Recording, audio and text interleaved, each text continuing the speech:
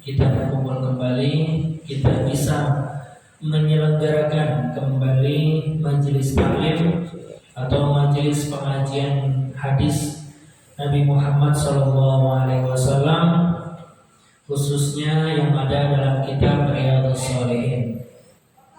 Ini semua tentu akibat atau atas rahmat dari Allah Subhanahu wa Ta'ala. Untuk itu, mari sebelum kita mulai, kita baca surat Al-Fatihah terlebih dahulu. Pahalanya kita tunjukkan dengan Nabi Muhammad sallallahu alaihi wasallam wa ala alihi wa ashabihi wa tabi'ihi ila yaumiddin. Kemudian kita khususkan juga untuk diri kita, semoga senantiasa diberikan kesehatan oleh Allah Subhanahu wa Ta'ala, diberikan panjang umur, diberikan rezeki yang luas. Kemudian untuk keluarga kita, baik yang sudah mendahului kita ataupun yang masih bersama kita, semoga diberikan tempat yang terbaik oleh Allah Subhanahu wa Ta'ala, diberikan kesehatan oleh Allah Subhanahu wa Ta'ala. Wa nakhusu khususan di al-maghfurlah almarhum penulis kitab Riyadhus Shalihin, yaitu Imam An-Nawawi Ad-Dimashqi. Kemudian untuk penulis kitab Dalilul Falihin Lituruki Riyadhus Shalihin, Muhammad bin Alan As-Siddiqi Asy-Syafi'i Al-Asy'ari Al-Makki. Kita doakan untuk mereka, semoga ilmu atau hadis-hadis yang mereka kumpulkan bisa bermanfaat buat pelajaran kita, buat kajian kita pada sore hari ini. Ala hadhihi niyah wa ala kulli niyatin salihah wa ila hadratin nabiyil mustafa sayyidina Muhammadin sallallahu alaihi wasallam. Al-Fatihah. A'udzu billahi minasy syaithanir rajim. Bismillahirrahmanirrahim. Alhamdulillahi rabbil alamin, arrahmanir rahim, maliki yaumiddin. Iyyaka na'budu wa iyyaka nasta'in. Ihdinas siratal mustaqim, siratal ladzina an'amta 'alaihim ghairil maghdubi 'alaihim waladdallin. Amin. Bismillahirrahmanirrahim. Babu tawqiril ulama'i wal kibari wa ahlil fadli wa taqdimihim ala ghairihim wa raf'i majalisihim wa idhari martabatihim. Bab tentang tauqir. Tauqir ini maksudnya keutamaan atau keunggulan, kemuliaan al-ulama, yaitu orang-orang yang berilmu, wal kibar, yaitu orang-orang tua, wa ahlil fadli, dan orang-orang yang memiliki keutamaan, wa taqdimihim ala ghairihim, dan juga tentang perlunya mengutamakan mereka, yaitu ulama, orang-orang sepuh, kemudian orang-orang yang mulia didahulukan di atas selain mereka, wa raf'i majalisihim, dan pengangkatan majelisnya, wa idhari martabatihim, dan mengungkapkan tentang martabat atau derajat seorang ulama. Nah, di sini Imam An-Nawawi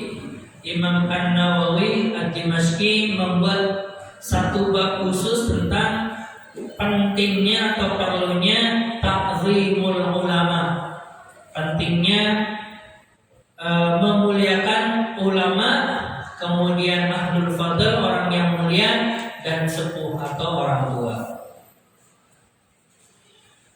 Qala Allah Ta'ala, bismillahirrahmanirrahim, qul hal yastawil ladzina ya'lamun wal ladzina la ya'lamun.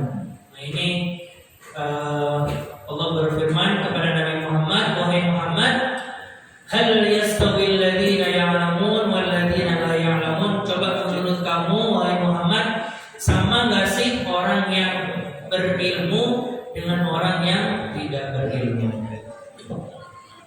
Sama nggak orang yang sekolah dengan orang yang tidak sekolah? Innama yatadzakkaru ulul albab, sesungguhnya yang senantiasa mengingat atau menyembah Allah adalah ulul albab. Ulul albab itu artinya yang memiliki nurani atau yang memiliki ilmu pengetahuan.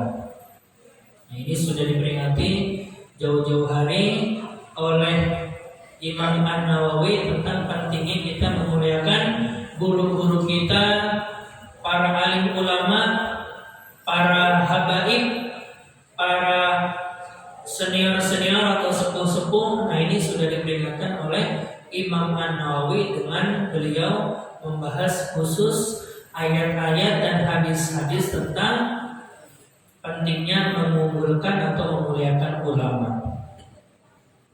Nah, ini banyak sekali contohnya ketika ada seorang alim ulama di tengah kita, baik itu habaib ataupun para kiai, kita pasti memuliakan mereka semua.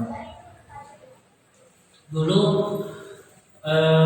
atau mungkin siapapun yang pernah mengalami masa sekolah di pesantren, nah itu pasti melihat bagaimana di pesantren itu ulama ataupun orang berilmu dimuliakan. Kalau dulu di pondok saya, kalau ada seorang kiai kira-kira 100 meter sebelum kiai lewat, biasanya itu para santri sudah membuka jalan, kemudian mereka membungkuk, ya, mereka sudah membuka jalan untuk kiai. Kemudian ketika kiainya lewat, mereka membungkukkan diri sebagai tanda hormat kepada para kiai. Bahkan kalau ada mobil kiai lewat di pesantren-pesantren itu, begitu ada mobil kiai lewat, semuanya pada minggir. Santri-santri meskipun jumlahnya sangat banyak, mereka membuka jalan dan hormat kepada kendaraan pak kiai yang lewat, meskipun ternyata yang di mobil itu cuma supirnya. Tapi karena mereka ta'zim kepada kiai, meskipun hanya mobilnya, mereka ta'zim kepada seorang guru, kepada seorang kiai. Atau bahkan yang lebih kental lagi, kalau misalnya kita lihat di pesantren-pesantren Jawa Timur, saya pernah ke tempat pondoknya teman, itu sampai ada yang ke kiainya itu jalannya pakai dengkul. Jadi jalannya itu nggak membungkuk lagi, tapi jalannya pakai dengkul sambil ya pas bawa makanan untuk tamunya itu jalannya pakai dengkul, kemudian dikasih makanannya dan mundur pelan-pelan. Nah, itu saking mereka ta'zim kepada kiai. Begitupun kita kepada para habaib, kepada para ulama harus memuliakan mereka. Wa Nabi Mas'udin Uqbah ibn Amr al-Badri, dari Abi Mas'ud, ini seorang sahabat al-Badri atau al-Badari, orang yang pernah ikut Badar. Ini gelar al-Badari, orang yang pernah ikut Badar, ini gelar yang paling mulia. Karena sahabat kalau sudah pernah ikut perang Badar, itu artinya mereka generasi pertama dan istimewa. Beliau berkata, qala Rasulullah sallallahu alaihi wasallam, bahwasanya Rasulullah sallallahu alaihi wasallam bersabda, ya ummul qauma aqrahum li kitabillah. Nah, ini tentang keunggulan seorang ulama. Beliau mengatakan, ya ummul qauma aqrahum li kitabillah, yang harus memimpin atau mengimami seorang kaum adalah aqra'uhum li kitabillah. Harusnya yang jadi imam itu adalah aqra'uhum li kitabillah, yang paling bagus bacaan kitab Al-Qur'an. Jadi kalau di antara kita ada yang memang kita tahu dia bacaannya paling bagus, aqra'uhum likitabillah, kita majukan orang yang memang benar-benar aqra', yang paling bagus. Meskipun nanti menurut Imam Syafi'i dan Imam Malik boleh didului orang yang lebih faqih, itu orang yang mengerti fikih. Karena ada orang yang bacaannya bagus tapi fikihnya kurang bagus, fikih sholatnya kurang bagus. Nah, kata Imam Syafi'i dan Imam Malik dalam hal ini justru yang lebih didahulukan itu orang yang lebih mengerti fikih sholat ketimbang orang yang suaranya bagus. Yang ngerti fikih sholat, yang dia mengerti gimana cara jadi imam, itu yang lebih didahulukan maju meskipun mungkin suaranya agak kurang bagus. Tapi yang penting dia lebih mengerti fikih tentang sholat. Karena kita tidak menafikan ada yang suaranya bagus tapi fikih sholatnya kurang bagus, kebalikannya. Aqra'uhum likitabillah, kata Rasulullah, yang pantas jadi imam adalah yang paling aqra'. Aqra' itu yang paling bagus bacanya, tajwidnya. Fa in kanu fil qira'ati sawa'un, fa in kanu fil qira'ati sawa'an, seandainya dalam hal bacaan itu sama, ada 3 orang suaranya bagus semua, fikihnya bagus semua, suaranya bagus semua, fa'a'lamuhum bisunnah, maka yang harus ditunjuk yang paling mengerti tentang sunnah, yaitu tentang fikih. Seandainya sama, bacaannya bagus, kemudian sama-sama mengerti sunnah, fa'a'lamuhum hijratan, maka yang paling dahulu melaksanakan hijrah. Jadi pada zaman Nabi yang diduluin adalah orang yang aqdamuhum hijrah, yang paling dulu hijrah ke Madinah. Baru kemudian fa'aqdamuhum sinan, baru yang berikutnya adalah yang paling tua umurnya. Jadi urutannya pertama aqra'uhum likitabillah, kemudian dia mengerti fikih, baru kemudian yang paling lebih tua umurnya. Ya, karena masalah sholat itu masalah bukan masalah umur, tapi masalah tentang dia mengerti atau tidak cara menjadi seorang imam. Makanya dulu sahabat-sahabat ada yang masih kecil, yang mungkin umurnya masih muda, tapi karena dia hafid Al-Quran, dia disuruh menjadi imam. Ya, bahkan kalau kita lihat di YouTube, ada anak-anak kecil, karena dia bacanya bagus, dia sudah bisa jadi imam. Karena standarnya kalau jadi imam itu adalah yang paling mengerti bacaan Al-Quran, yang paling mengerti tentang fikih sholat. Hadirin yang dirahmati Allah Subhanahu wa Ta'ala. Nah, meskipun demikian, lagi-lagi ini kesepakatan di sini dijelaskan itu tergantung dari kesepakatan masyarakat sekitarnya. Jadi kalau memang misalnya di suatu masjid emang sudah ditentukan siapa imamnya, siapa yang bertugas, nah itu boleh untuk tidak menunjuk orang yang paling pintar. Contohnya seperti ini. Misalnya di sini sudah ditentukan seorang imam namanya Imam Ustaz Fulan. Nah, dia sudah ditentukan sebagai imam sholat maghrib oleh jamaahnya.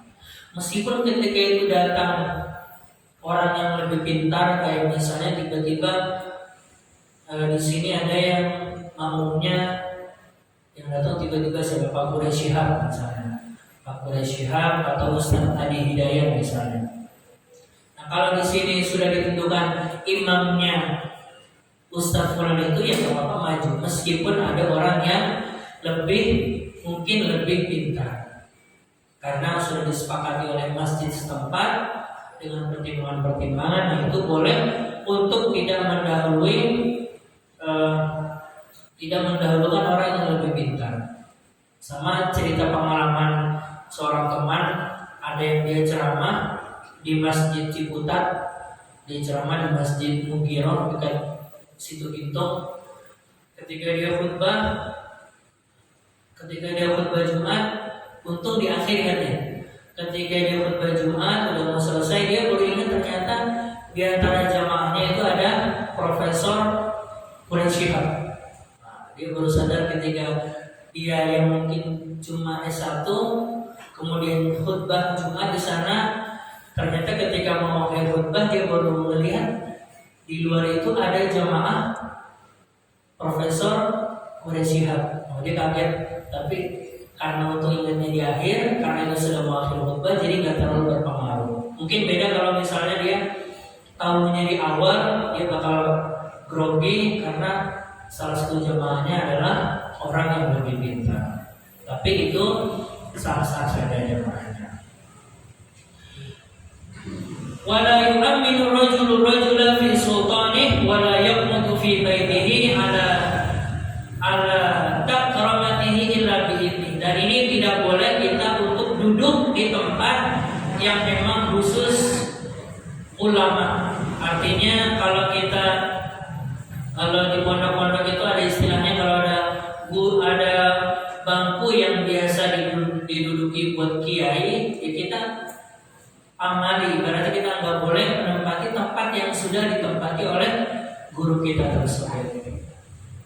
Ya, jadi kalau ada kiai atau mungkin di sini ada tempat khusus yang diduduki oleh kiai tersebut, kita tidak boleh. Di sini kata Rasulullah, jangan kita duduk di tempat yang sudah biasa jadi tempat ulama tersebut, kecuali dengan izin ahlul ilmi tersebut, kecuali memang sudah diizinkan oleh kiai tersebut. Kemudian berikutnya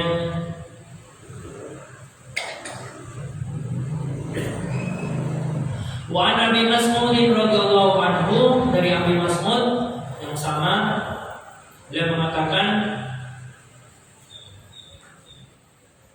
istawu wa la takhtalifu fatakhtalifa qulubukum. Nah, kita umat muslim harusnya istawu wastaqimu, saling merapatkan barisan, jangan sampai kita terpecah belah. Liyaliyani minkum ulul ahlami wan nuha. Nah, kata Rasulullah, liyaliyani artinya bukan nama orang ya. Liyaliyani artinya liyuqarriba minni fi shalat. Tolong diatur yang paling dekat denganku di sholat adalah ulul ahlam, yaitu orang yang pandai, orang yang mengerti Islam, ataupun ulil nuha, orang yang mengerti tentang agama Islam. Baru kemudian summal ladzina yalunahum. Nah, ini berkaitan dengan sholat. Diusahakan, kata Rasulullah, itu yang menjadi imam adalah orang yang paling mengerti, kemudian diikuti belakangnya yang juga mengerti tentang sholat. Diusahakan di belakang imam itu orang yang juga mengerti sholat, yaitu orang dewasa yang sudah mengerti. Baru di belakangnya orang yang levelnya ke di bawah, sampai terus ke belakang anak-anak. Ya, ini sudah diatur oleh Rasulullah SAW. Kenapa? Karena di sini dijelaskan oleh ulama, rubbama ihtajal imamu ila istikhlafin. Karena bisa jadi barangkali seorang imam itu butuh pengganti. Ya, suatu ketika misalnya imam sholat subuh, biasanya kalau sholat subuh itu kalau dia bangun tidur, pertama-tama nggak kerasa kalau sakit perut, bisa jadi kemungkinan. Kemudian ketika dia lagi sholat, dia baru merasa sakit perut sang imam. Nah, ini yang di belakangnya harus dikasih cadangan, takut-takut imamnya tiba-tiba membatalkan diri dan keluar. Nah, yang di belakang ini harus diusahakan yang mengerti cara mengganti seorang imam. Ya, jangan sampai di belakangnya dikasih anak-anak, begitu kita imamnya batal, anak-anak kan nggak bisa jadi imam. Makanya perlu diatur, yang paling belakang itu adalah yang paling mengerti tentang caranya jadi imam.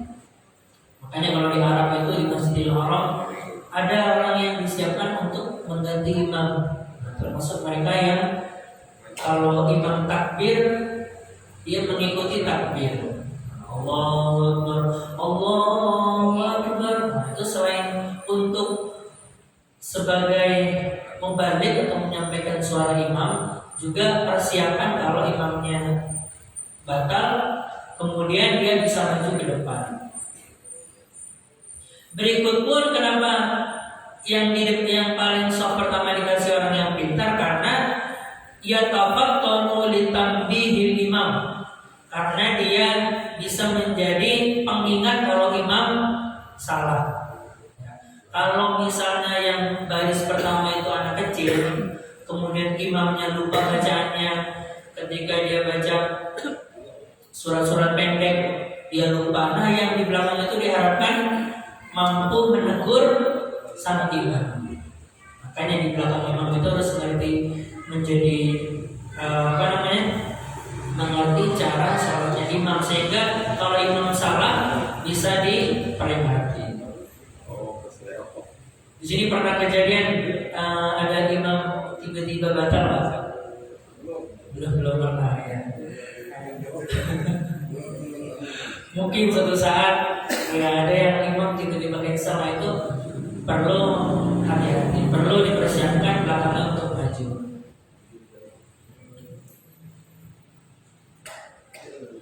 Tsummal ladzina yalunahum, berikut di urut setelahnya dan setelahnya itu yang dianjurkan oleh Rasulullah SAW terkait bagaimana caranya sholat berjamaah. Begitupun ulama-ulama yang lain juga mengatakan kalau seorang imam itu perlu didampingi yang juga mengerti tentang agama Islam. Ya. Ini terjadi misalnya contohnya banyak ulama-ulama ataupun dai-dai terkenal itu selalu membawa orang di sampingnya yang mengerti tentang agama Islam, yang juga mengerti tentang sang imam. Jadi kalau misalnya imamnya atau dai tersebut lupa, ada yang menegur atau ada yang menasihati. Ya. Contohnya misalnya sekarang yang paling terkenal itu ada yang lagi terkenal ada Ustaz Ar-Razi Hashim. Buya Ar-Razi Hashim kebetulan itu juga guru kami di pesantren Darus Sunnah. Nah, itu kemana-mana kalau beliau berceramah itu pasti ngajak salah satu muridnya namanya Ustaz Musa. Nah, itu juga Ustaz Musa Wardi. Ya, itu beliau juga ngerti tentang agama Islam. Jadi begitu Buya Razi keliling, nah itu didampingi oleh sampingnya orang yang juga mengerti tentang agama Islam. Biar kalau ada ustadznya keliru ada yang menegur. Karena yang namanya dai terkenal ataupun ustadz ataupun siapapun tidak pernah lepas dari yang namanya kesalahan. Begitupun Rasulullah sana kalau di sampingnya ada Abu Bakar, sahabat Abu Bakar, sahabat Umar. Karena Rasulullah juga kadang kalau bermusyawarah tidak semua yang disampaikan oleh Rasulullah itu bisa diterima. Ya. Jadi suatu ketika dalam rapat perang Badar itu ngumpul para sahabat Rasulullah, sahabat Umar dan sahabat Abu Bakar dan lain-lain. Kemudian Rasulullah itu setuju perang Badar itu kita pakai sistem bertahan aja, kita tetap di Madinah, biarin musuh yang datang ke Madinah untuk menyerang kita. Tapi sahabat Umar nggak setuju. Rasulullah, kalau kita menunggu musuh di kandang kita, nanti kalau ini jebol, para perempuan dan anak-anak langsung keserang. Makanya saya mengusulkan kata Umar bin Khattab, kita mending ambil jalur tengah, kita perang dengan orang-orang kafir di tengah-tengah antara Makkah dengan Madinah. Akhirnya yang Umar bin Khattab dan pendapat Rasulullah tidak diterima oleh masyarakat ketika itu. Bukan karena mereka nggak percaya Rasulullah, bukan, tapi karena urusan dunia.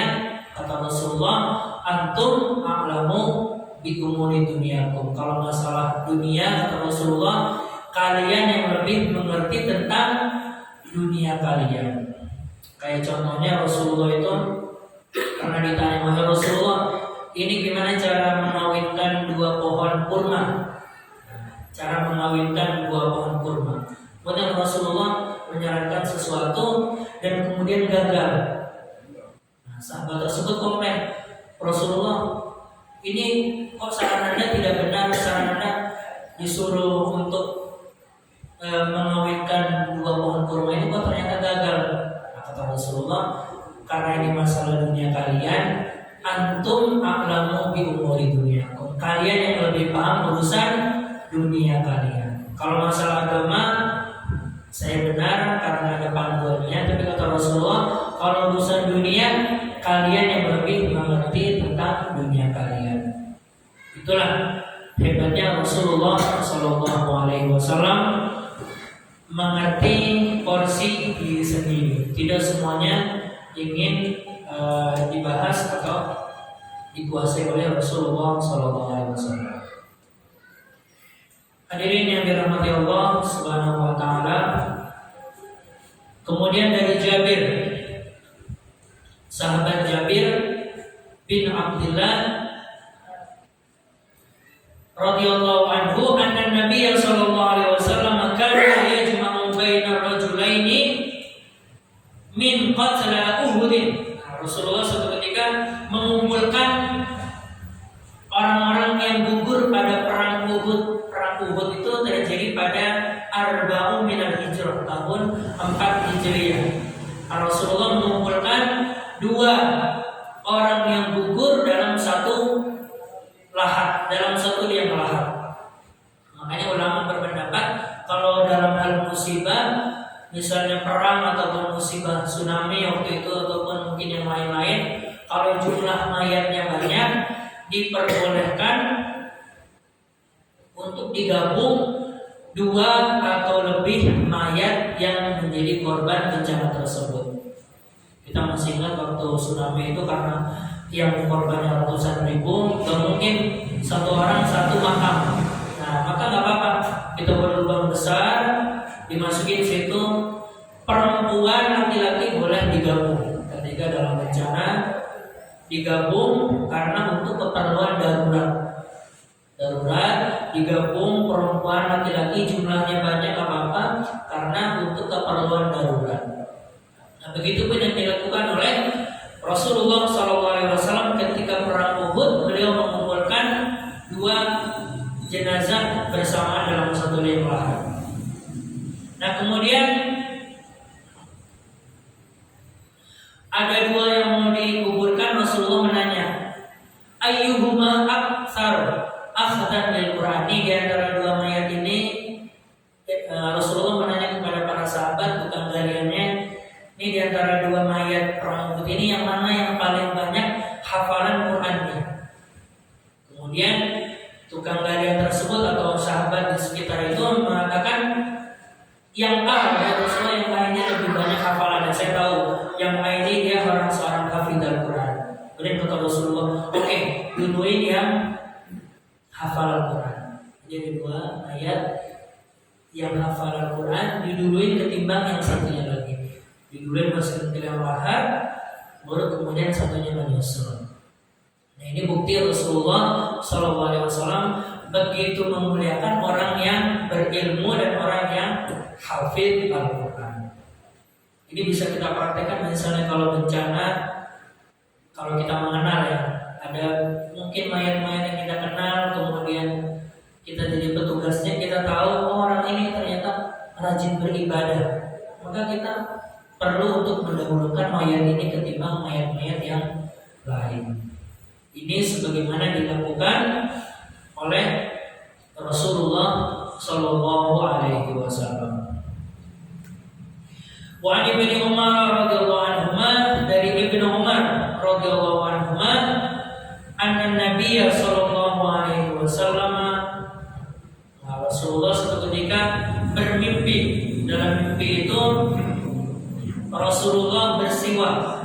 sedang bersiwak, kemudian datang dua orang kepada beliau, yang satunya lebih tua dibanding yang lain.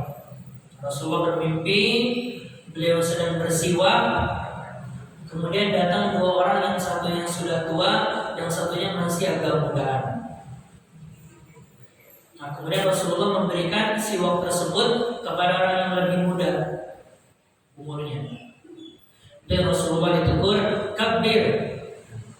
Wahai Rasulullah, ini kalau Rasulullah sudah bermimpi itu artinya mimpinya adalah wahyu ya. Jadi kalau Rasulullah sudah mimpi, itu mimpinya bisa dijadikan sebagai sandaran syariat. Tapi kalau yang mimpi seorang ulama itu hanya sebagai juz'un minan nubuwah, dia bisa menjadi salah satu bagian dari kenabian, maksudnya itu bentuknya karomah, tapi tidak bisa dijadikan sandaran syariat. Misalnya kita bermimpi, bahkan seorang ulama bermimpi, saya bermimpi khamar itu dibolehkan. Nah, ini mimpi ini tidak boleh dijadikan pegangan dalam fikih, kecuali yang mimpi adalah Rasulullah SAW, karena mimpinya Rasulullah adalah bagian dari wahyu. Nah, ketika Rasulullah ini memberikan kepada yang kecil, ada bisikan kabir, wahai Rasulullah, berikan siwak tersebut kepada orang yang lebih tua, yang lebih besar. Kemudian Rasulullah, fadafa'tu ilal akbari minhuma. Kemudian Rasulullah memberikan yang besar tersebut, memberikan siwak tersebut kepada orang yang lebih besar. Nah, ini maksudnya ulama menjelaskan bukan cuma siwak, tapi dalam hal makanan ataupun dalam hal penghormatan diusahakan kita menghormati orang yang lebih tua ataupun yang lebih membutuhkan. Kalau misalnya kita naik kereta komuter, kalau kita merasa masih muda, kita dapat tempat duduk, kemudian baru masuk orang yang tua ataupun orang yang ibu-ibu yang hamil, kita harus untuk mendahului mereka yang lebih membutuhkan. Jangan sampai kita egois karena merasa sudah enak dapat tempat duduk, kita malah enak-enakan duduk, padahal di depan kita ada orang yang sepuh yang lebih membutuhkan tempat duduk. Nah, ini Rasulullah sudah menegaskan harus kita mendahulukan atau menghormati orang yang lebih tua. Karena Rasulullah SAW juga mengatakan, "Laisa minna man la yarham, laisa minna man lam yarham sabirana wa ya'rifu syarafa kabirina." Bukan bagian dari kami, kata Rasulullah. Ini kalau sudah dibilang bukan bagian dari kami, maksudnya dia bukan, tidak pantas disebut sebagai golonganku. Yaitu orang yang tidak menyayangi yang kecil dan tidak mengetahui cara memuliakan orang yang lebih tua. Jadi yang lebih tua menyayangi yang lebih kecil, yang kecil menghormati yang lebih tua. Itu diantara ajaran Rasulullah SAW. Kita mungkin yang masih muda harus menghormati yang lebih tua. Begitu yang tua harus menghormati yang lebih, harus menyayangi yang lebih muda. Mungkin bisa membimbingnya atau memberikan pengarahan-pengarahan dan lain sebagainya. Hadirin dirahmati Allah Subhanahu wa taala.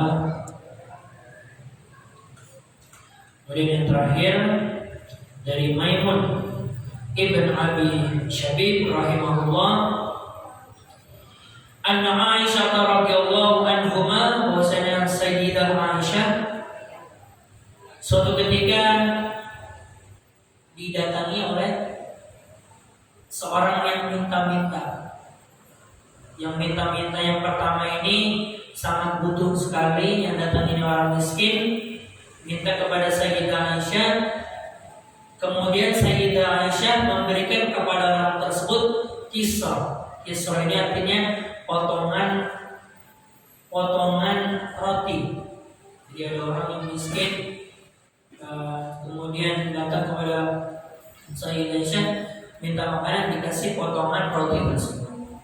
Kemudian datang lagi orang yang lain, kemudian diberikan oleh Rasulullah, diberikan oleh Aisyah makanan yang banyak. Kemudian kata Nabi Muhammad mendengar cerita Aisyah tersebut, anzilun nasa manazilahum. Kamu sudah bagus wahai Aisyah, silakan tempatilah atau posisikan orang sesuai posisinya dia di mana mereka berada. Kalau yang datang orang lapar banget, kita berikan mereka makanan yang banyak. Kalau mereka yang datang orang-orang yang memang sudah kenyang, ya kita berikan yang secukupnya buat mereka. Nah, begitu kan kalau kita berbicara dengan orang atau berbicara dengan siapapun, nah itu kita harus mengetahui lawan bicara kita. Kalau kita bicara dengan anak-anak, ya kita pakai bahasa anak-anak. Makanya kalau kita lagi sama bayi atau gendong anak-anak, biasanya kita ngomongnya diubah ke cara ngomong bayi. Nah, gimana cara ngomong bayi? Tapi kalau kita sama orang dewasa, yang ngomongnya sama sesuai dengan tingkat orang yang diajak bicara tersebut. Kalau ngomong sama petani beda dengan ngomong sama orang-orang yang lebih pintar. Nah, ini sudah diajarkan oleh Rasulullah SAW. Anzilun nasa manazilahum. Silakan kita memposisikan orang lain, bersikap dengan orang lain sesuai dengan orang yang dijumpainya. Kalau kita bertemu dengan orang yang gampang marah, ya kita jangan jangan ngeyel, jangan sama-sama style marah juga jangan, tapi kita perlu sedikit marah. Biarinlah dia menang banyak ngomongnya, tapi yang penting kita benar. Nah, baru kalau kita ngomong ke orang yang lembut, pokoknya kita sesuai dengan orang yang kita ajak bicara. Kalau orangnya suka marah, jangan kita beri dia kemarahan. Kalau dia orangnya suka dipuji, kasih dia pujian dan lain sebagainya. Sehingga dengan demikian Rasulullah SAW menjamin kita akan melakukan komunikasi dengan baik. Nah, ini dilakukan oleh Rasulullah. Rasulullah itu kalau di perang, ya beliau itu suaranya bisa menakutkan musuh. Suaranya teriak sehingga bisa membuat musuh takut. Tapi kalau sudah masuk rumah, sudah bertemu dengan Aisyah, Rasulullah suaranya lembut sebagaimana suara seorang suami kepada seorang istri. Kalau di medan perang Rasulullah asyidda wal kufar, mereka Rasulullah keras sekali sampai kayak nggak ada lembut-lembutnya sama sekali. Tapi kalau begitu masuk rumah tangga, Rasulullah itu orang yang paling romantis. Ke cucunya Hasan dan Husain, Rasulullah bercanda. Jadi sisi manusiawinya ada, bercanda iya, marah iya, romantis iya. Tidak sebagaimana diklaim orang, Rasulullah kerjanya perang. Padahal banyak hadis yang mengatakan Rasulullah itu sering merayu Aisyah, sering merayu Khadijah dan sebagainya.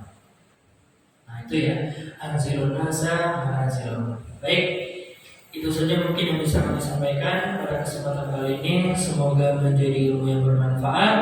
Semoga kita bisa praktekkan dalam keseharian kita. Mari kita tutup dengan doa sejenak. A'udzubillahi minasyaitonirrajim. Bismillahirrahmanirrahim. Ya Allah biha ya Allah biha ya Allah bismil khatimah. Allahumma fa'na bima 'allamtana wa 'allimna ma yanfa'una wa barik lana fi ma 'allamtana innaka antal alimul hakim. Rabbi zidna 'ilman warzuqna fahma. Ya Allah, berikanlah kepada kami ilmu yang bermanfaat, ilmu yang bisa kami amalkan dalam keseharian kami, ilmu yang bisa mengantarkan kami menuju surga-Mu ya Allah. Allahumma rizqna husnul khatimah. Ya Allah, berikanlah kepada kami husnul khatimah. Takdirkanlah kami untuk masuk ke dalam surga-Mu ya Allah. Rabbana atina fid dunya hasanah wa fil akhirati hasanah wa qina adzabannar. Subhana rabbika rabbil izzati amma yasifun wa salamun alal mursalin walhamdulillahi rabbil alamin. Terima kasih dan mohon maaf apabila ada kesalahan. Mari kita tutup dengan membaca kafaratul majlis, baca hamdalah dan doa kafaratul majlis. Alhamdulillahirabbil alamin. Subhanakallahumma wa bihamdika asyhadu an